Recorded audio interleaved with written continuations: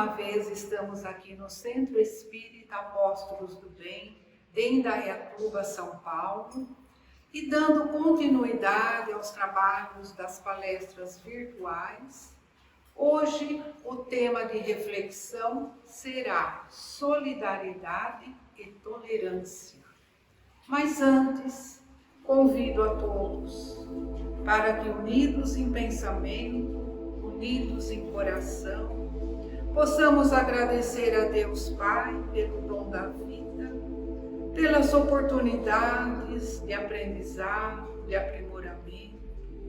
Que Deus, nosso Pai, ilumine sempre a nossa mente e o nosso coração, para que assim a cada dia saibamos colocar em prática tudo aquilo que já temos o conhecimento. Que Deus, nosso Pai, abençoe a todos.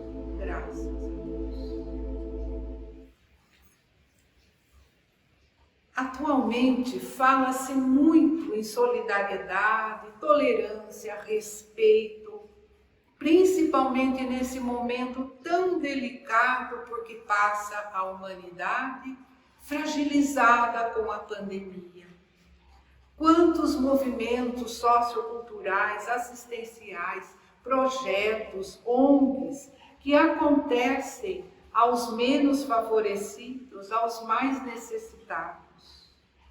Se fizermos uma rápida análise sobre a vida do homem no planeta Terra, nós constatamos que, desde os primórdios da natureza, o homem primitivo, para sobreviver, viu-se obrigado a buscar as cavernas como refúgio para a preservação da própria existência. Diante da necessidade do alimento, viu-se obrigado a explorar a caça para saciar a sua fome. Daí compreende também a necessidade de viver em grupos ou tribos, de se unirem, onde constatam que o trabalho coletivo é mais eficiente para o bem de todos. Surge então a vida em comunidade, onde as necessidades geram o progresso incessante. Basta analisarmos o progresso deste último século, nos mais diferentes aspectos, seja o avanço da ciência, da medicina, da tecnologia, da informática, mas como sabemos, o homem não progrediu igualmente no aspecto moral, nos reais valores da vida. Não sabe respeitar o seu próximo, porque visando cada vez mais os seus próprios interesses, deixando-se corromper pelo egoísmo, pela ambição, começa a gerar então a usurpação dos fortes e, consequentemente, a dependência ou até mesmo a miséria dos mais fracos. Temos assim os opressores e oprimidos. Infelizmente, essa exploração do homem pelo homem vem ocorrendo em escala cada vez maior. O desinteresse dos governos arbitrários, a negligência, a corrupção dos poderosos contribui ainda mais para a ruína, a decadência, a miséria de multidões. E por que tudo isso acontece? Porque o homem, fazendo uso do seu livre arbítrio, ele não tem sabido usá-lo adequadamente. Não sabe valorizar as oportunidades que tem para evoluir. Ele ainda não sabe utilizar os recursos disponíveis para o progresso. Ainda não é capaz de viver em solidariedade. Não entendeu que a solidariedade pode sim libertá-lo de si mesmo para uma vida melhor. Pode fazer brotar no seu íntimo o desejo de ajudar pelo bem, de ser útil, de saber assim respeitar o seu próximo. Então o homem, ele precisa entender que ser solidário, primeiro, é ter vontade real, vontade própria. É querer e fazer sim algo por alguém. É unir os esforços para o bem comum. Nós sabemos que na história da humanidade, somente a partir da Revolução Francesa no século XVIII, abriu-se novos horizontes quanto à justiça, à liberdade, à igualdade, à fraternidade, reconhecendo-se a partir daí os direitos do homem. As lutas de classe, o investimento da cultura social desde o século XIX impuseram a aplicação da solidariedade para a sobrevivência digna de cada pessoa e da comunidade a que pertence. O trabalho em equipe vem disciplinando o homem para ser solidário, para que saiba conviver na ajuda recíproca. A doutrina espírita nos ensina o valor da solidariedade através da prática da caridade material e moral, pois a solidariedade é a primeira iniciativa que o homem promove para atingir o ideal de auxiliar os mais fracos. A solidariedade, podemos dizer, é a caridade em ação. Também nos esclarece que os homens se encontram irmanados uns aos outros desde vidas passadas e que através da lei de causa e efeito podemos aí compreender as diferenças humanas, sociais, morais das criaturas. Pois o homem não evolui sozinho, não progride isolado. Ele necessita da vida em comunidade, do relacionamento, da convivência com as pessoas. Ele precisa do trabalho solidário. E nós podemos aqui também citar vários exemplos comparativos. Por exemplo, em uma orquestra, para que haja um bom espetáculo, é importantíssimo, necessário a participação, o empenho de cada músico. Em um piano, se todas as teclas não funcionarem de acordo, não é possível a execução de uma música. Então, assim também deve ser a vida das pessoas. Cada um dando, participando, a sua colaboração é importante, porque é através da solidariedade que o homem vai se renovando, vai aprendendo a viver em harmonia, vai sendo capaz muitas vezes de renunciar os seus interesses pessoais em favor do bem comum. E o Espiritismo contribui muito para esclarecer o progresso dos homens, mas sempre à luz da razão. Primeiro, nos esclarece a vida não se restringe apenas ao materialismo e aos prazeres terrestres.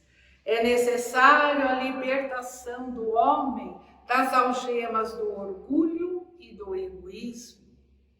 Também nos fala que o homem possa compreender que o seu futuro dependerá de como vive hoje o presente.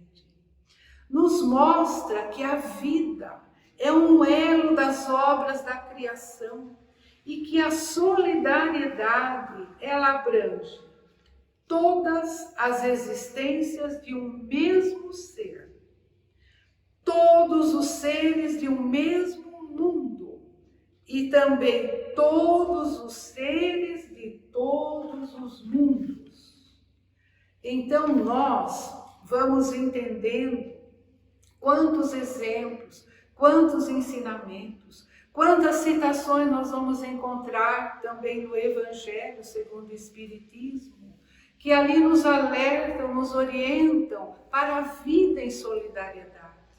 Nos mostra como resgatar esse encontro, esse relacionamento, primeiro com si mesmo, também com o próximo e também com Deus. E nós temos um exemplo tão conhecido na parábola do bom samaritano, que ali fica tão claro que o sacerdote, o levita, não tiveram a mínima compaixão diante daquele homem caído e machucado.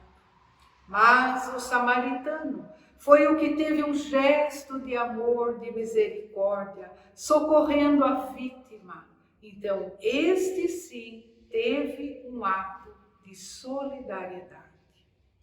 Quantas e quantas pessoas são indiferentes? Acham que são os outros que devem resolver tudo, as diferenças sociais, a miséria, a injustiça. Mas todo homem é uma peça importantíssima na interação da sociedade, no relacionamento em que vive, seja no trabalho, no lazer, na religião. E ele pode sim ter uma atitude solidária e não solitária. Então, por exemplo, simplesmente a atitude de se dar um alimento a alguém mecanicamente, sem sequer olhar para quem recebe, mata a fome física, mas não estabelece um vínculo afetivo. Por quê? Um olhar, uma palavra, compartilhar com aquele assistido é que vai demonstrar a verdadeira solidariedade. Então, o amor solidário, ele não tem dimensões, porque não é somente para com aqueles que estão à nossa volta, mais próximos de nós, mas também para com aqueles que nem sequer conhecemos. E quantas campanhas, quantos movimentos que mobilizam muitos para a assistência aos necessitados, aos vitimados pelas catástrofes, epidemias. Então, isolados nada somos, mas unidos de mãos dadas, teremos mais forças para construir um mundo melhor, mas através da prática da solidariedade. Aí, como dissemos, solidariedade e tolerância. Por quê? A solidariedade, ela não existe se não houver a tolerância. E o que nós entendemos? O que é tolerar? É suportar, é aceitar, é consentir, é ser indulgente, é ser compreensivo, não ferir sentimentos e a dignidade da outra pessoa. Mas nem sempre a tolerância ela é bem compreendida. Muitos a consideram como sendo uma adversária da tirania, opositora da prepotência. Muitas vezes também é confundida com a indiferença, como também a submissão, a acomodação. Então, tolerância não é se conformar com as situações, com os erros, sem nada fazer, mas exige de todos nós a reflexão de novos critérios, de uma renovação, principalmente interior, da paciência, da humildade, da coragem, porque só assim iremos realmente aprender.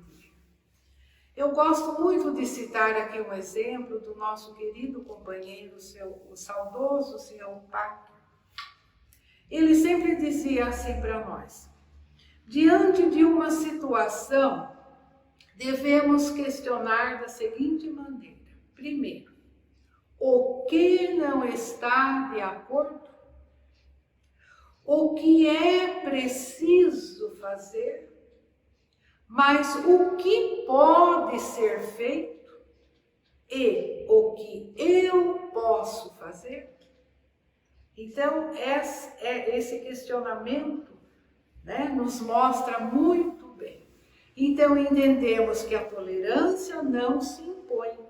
Ela é conquistada dia a dia, é perseverante e deve estar sempre aliada à razão, ao equilíbrio, ao bom senso. Então, a tolerância se faz presente, sim, quando existe respeito entre as pessoas, quando existe amor fraterno, direitos iguais para todos. Então, ser tolerante é ter segurança, segurança da sua opinião, é você ser autêntico, é ter a firmeza na hora de tomar uma decisão, na hora de agir, mesmo quando as pessoas ou as ideias não lhe agradam. Então nós sabemos que na história da humanidade raramente se nota a presença da tolerância. Por quê? Sempre houve o domínio da imposição política, da religião, onde apenas uma minoria tinha privilégios e a grande massa da população oprimida, desamparada.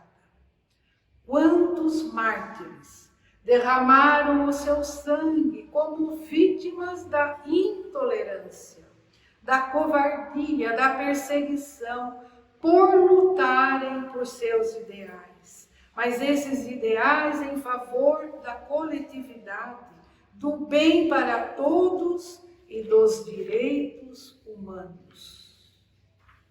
Também no Livro dos Espíritos, na questão 807, Allan Kardec pergunta aos espíritos superiores: que se deve pensar dos que abusam da sua superioridade, das suas posições sociais, para oprimir o fraco em seu proveito? E a resposta: merecem o anátema, que significa reprovação. Ai deles, serão a seu tempo oprimidos, renascerão numa existência em que terão de sofrer tudo o que tiverem feito sofrer aos outros. Então aí fica claro, nós entendemos que sem tolerância não há solidariedade e, consequentemente, a fraternidade universal não existirá. Eu separei ainda aqui para nós esse texto simbólico que é de autor desconhecido, mas que talvez vocês já conheçam, mas vem aqui nos ensinar o seguinte. O texto chama As Ferramentas. Conta-se que numa carpintaria houve uma vez uma estranha assembleia.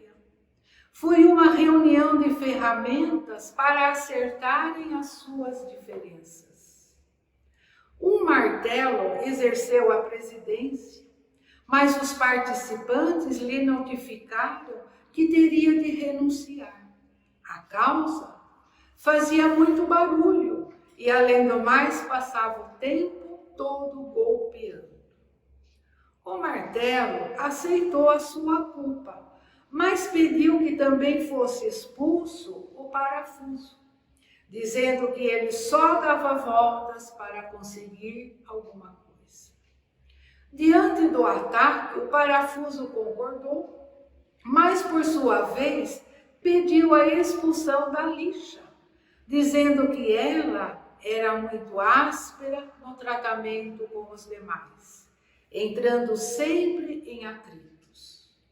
A lixa acatou, mas com a condição de que se expulsasse o metro, que sempre media os outros como se ele fosse o único perfeito. Mas nesse momento entrou o carpinteiro, juntou todo o material e ali iniciou o seu trabalho. Ele usou o martelo, a lixa, o parafuso, o metro. E finalmente aquela rústica madeira se transformou num fino móvel. Mas quando a carpintaria ficou a sós, a assembleia reativou a discussão.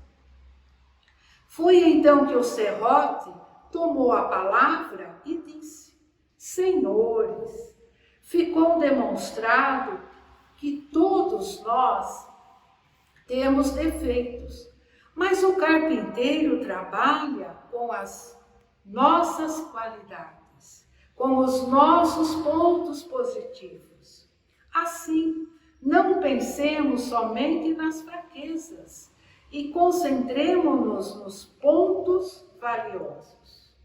Assim, a Assembleia entendeu que o martelo era forte, o parafuso unia, dava força, que a lixa era especial para limar e afinar as asperezas, que o metro era preciso e exato. Sentiram-se então como uma equipe capaz de produzir móveis de alta qualidade.